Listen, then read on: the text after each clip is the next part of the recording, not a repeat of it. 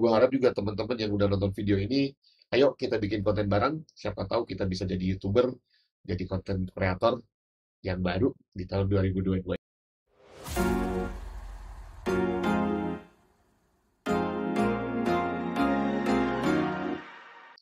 Assalamualaikum warahmatullahi wabarakatuh. Balik lagi sama gue, Babab Dito di Celotehan Babab. Yang penting gak penting, yang penting sharing. Oke, mungkin buat sebagian orang, hal yang common banget ya, setiap pergantian tahun itu pasti aja bikin list yang namanya resolusi tahun, kayak sekarang tahun 2022. Resolusi tahun 2022, nah sama sih sebenarnya. Gue juga bikin resolusi itu ya. Salah satunya adalah resolusi gue di 2022 itu adalah gue mau jadi YouTuber atau content creator. Ya pemula dulu lah, nggak apa-apa ya, gitu. Makanya kenapa gue pengen banget ngidupin lagi channel Celotehan Babab ini yang sebenarnya sudah lama gitu ya, tapi mau gue benerin lagi, mau gue hidupin lagi, dan fokus pada 3 topik kategori, yaitu keluarga, kerjaan, dan kesenangan tentunya, yang banyak banget kesenangan. Suka-suka gua. Oke, nah di video kali ini tuh gua mau coba sharing sesuai judul ya, gitu. Jadi gua mau coba sharing apa yang gua lakukan untuk memulai sebagai YouTuber di 2022 ini, gitu ya. Coba kita simak ya. Tapi jangan lupa di-like, di-subscribe dulu dong, biar gua makin semangat untuk bikin kontennya, ya kan? Oke, hal pertama yang gua lakukan untuk gua coba, memulai sebelum gua memulai konten, di YouTube, itu adalah gua coba mencari tahu dulu sebenarnya passion point gue ini apa nih, gitu. Passion gue ini apa sih sebenarnya gitu ya. Nah, banyak sebenarnya passion gue yang akhirnya, terakhir-terakhir ini gue banyak ngomongin seputar, passion gue tuh lebih ke arah personal branding, main gaming, coaching, design thinking, keluarga, kerjaan, part of my passion lah ya gitu. Tapi, yang jelas sih dari dulu passion gue yang nggak pernah berubah itu adalah gue seneng banget sih yang namanya ngomong, ngobrol, dan tentunya sharing. Karena buat gue sharing itu caring. Kenapa menemukan passion itu penting? Karena biasanya nih ya, kalau kita mengerjakan sesuatu menggunakan passion-nya, dengan passion kita itu ya, kita tuh lebih tekun gitu ya, kita lebih menikmati gitu ya, dan lebih semangat tentunya gitu. Dan biasanya kadang-kadang kita memang suka jadi lupa waktu. Walaupun lupa waktu itu mungkin sesuatu yang positif ya. Kadang-kadang kalau passion kita tuh main bola gitu ya. Kayaknya kalau main bola tuh kita nggak sadar tahu-tahu 2 jam gitu ya gitu. Jadi yang tapi dalam hal ini yang terpenting adalah kenapa harus passion itu, karena biar kita bakal bisa enak banget mau menentukan konten-konten apa aja atau topik-topik apa aja yang kita mau angkat untuk kita membuat konten di channel kita, gitu. Nah, buat kamu yang belum tahu gimana sih atau belum tahu gimana passion passion kamu tuh di mana gitu ya. Nah, nanti gua akan bahas di video terpisah ya, nggak sekarang. Sekarang mah lu googling aja dulu ya. Banyak kok artikelnya gitu. Ada juga gue pelajari juga di situ kok gitu. Ya, jangan lupa googling dulu aja. Oke, dari sekian banyak media sosial di Indonesia ya yang berkembang saat ini gitu, yang ramai banget dipakai gitu ya. Hal kedua yang membuat yang gua coba lakukan sebenarnya adalah mencari tahu karakter dari masing-masing sosial media itu atau platform itu gitu. Contohnya misalkan kayak Twitter buat lu yang lebih senang texting instead of ngomong kayak gua ya, mungkin kalau mau sharing sesuatu lebih enak di Twitter ya gitu. Atau juga TikTok gitu ya yang lagi seneng joget-joget atau banyak banget tuh sekarang TikTok pun karena lagi ngetren banget sekarang di Indonesia. Tapi buat gua memutuskan untuk YouTube karena emang gua sendiri seneng ngomong gitu ya, seneng sharing gitu ya. Nggak ada salahnya lah gua sharing di YouTube gitu. Siapa tahu kan bermanfaat ya gitu. Jadi makanya YouTube ini jadi media sosial pertama di tahun 2002 yang gua coba seriuskan lagi untuk bisa jadi YouTuber atau jadi content creator lah di kemudian hari gitu ya. Nah,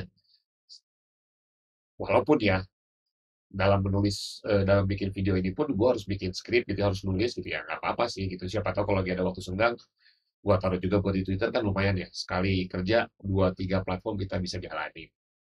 Nah, setelah kita coba ya gitu, apa sih media sosial yang emang kamu mau coba lakukan gitu ya. Misalkan jadi lapaknya kreasi kamu gitu. Nah, hal ketiga yang gue lakukan itu adalah gue coba cari informasi terkait dengan platform tersebut. Misalkan YouTube gitu. Gue cari informasi semua tentang YouTube. Gimana sih tools-tools apa aja sih yang bisa gue maksimalin untuk kalau gue mau jadi content creator di YouTube atau mau jadi YouTuber gitu ya.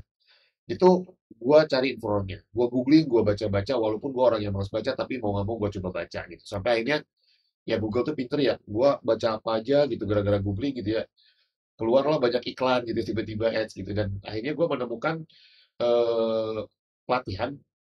Jadi gua coba tadi tahu juga pelatihan-pelatihan apa yang, sesuai gitu ya, untuk mengoptimalisasi, pada saat gua terjun di YouTube gitu.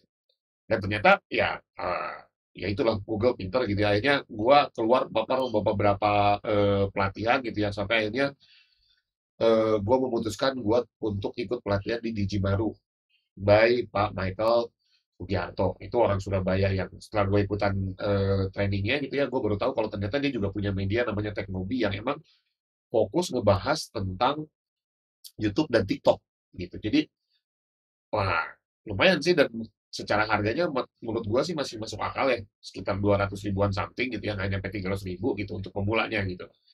Begitu gua ikut pemula ternyata menarik, dan akhirnya ikut ke kelas intermediate-nya sekitar 700 ribuan, gua belajar lagi.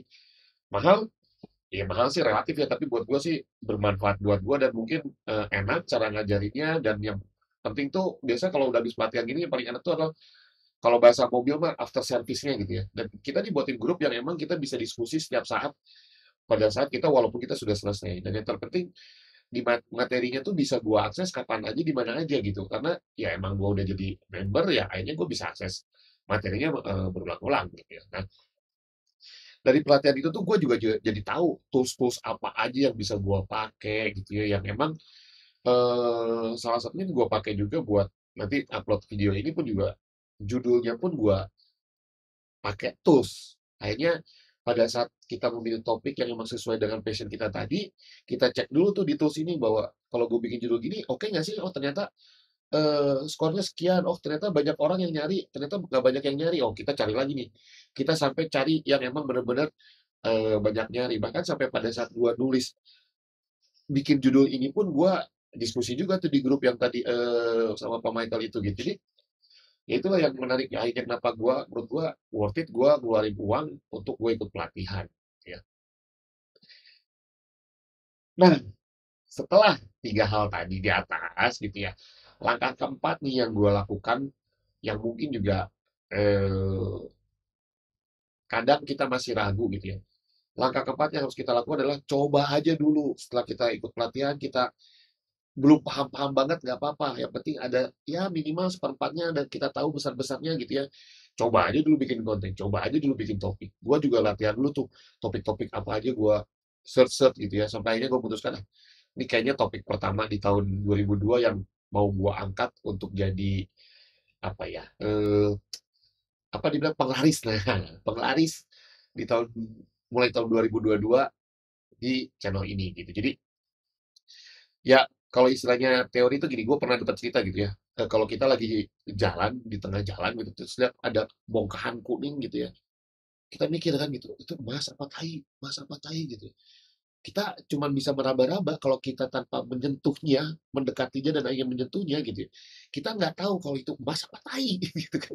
Nah, kalau ternyata emas, oh berarti, lu beruntung, dan itu menjadi sebuah tanda mungkin bahwa, Eee, analisa lu tepat gitu ya. Tapi kalau ternyata itu tai gitu ya, ya mohon maaf berarti Anda belum beruntung, atau mungkin, lu harus belajar lagi menganalisa lebih dalam gitu kan gitu. Jadi tapi balik lagi bagaimana kita tahu kalau kita nggak coba gitu. Jadi yang keempat ini yang gue lakukan yang sekarang ini, yang gue coba aja dulu, gue upload aja dulu. Kemarin juga gue upload-upload tapi yang masih ngarang, masih sebatas mampunya gitu.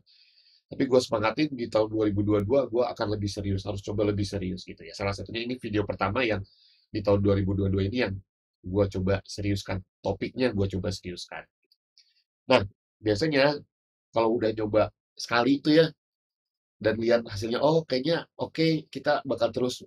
Tapi kalaupun misalkan ternyata hasilnya belum oke, ya jangan sedih. Yang namanya sebuah usaha itu harus ada proses, dan kita harus menikmati proses itu gitu ya. Kalau di istilah design thinking itu, proses itu adalah sebuah journey, dan kita harus kita lakukan untuk mengevaluasi sehingga terjadinya iterasi-iterasi. Kenapa enggak gitu ya? Kita nikmati proses itu gitu ya.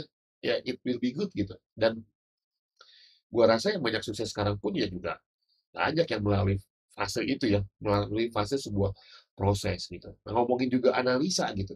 Ya jangan jangan lupa juga bahwa pada saat kita sudah berani, jangan lupa kita analisa, lihat. Kita lihat apa yang sudah berjalan dengan baik ya kita pertahankan, tapi kalau emang ada yang jalannya kurang sesuai ya mungkin kita coba perbaiki untuk kita menemukan emang yang terbaik gitu kan. Gitu. Nah, terakhir ya, last but not least gitu ya, hal kelima yang gua lakukan dan ini gua akuin masih berat banget buat gua gitu ya, hal yang sangat paling berat gitu. Dan gua rasa juga banyak, dan itu adalah masalah konsistensi dan disiplin.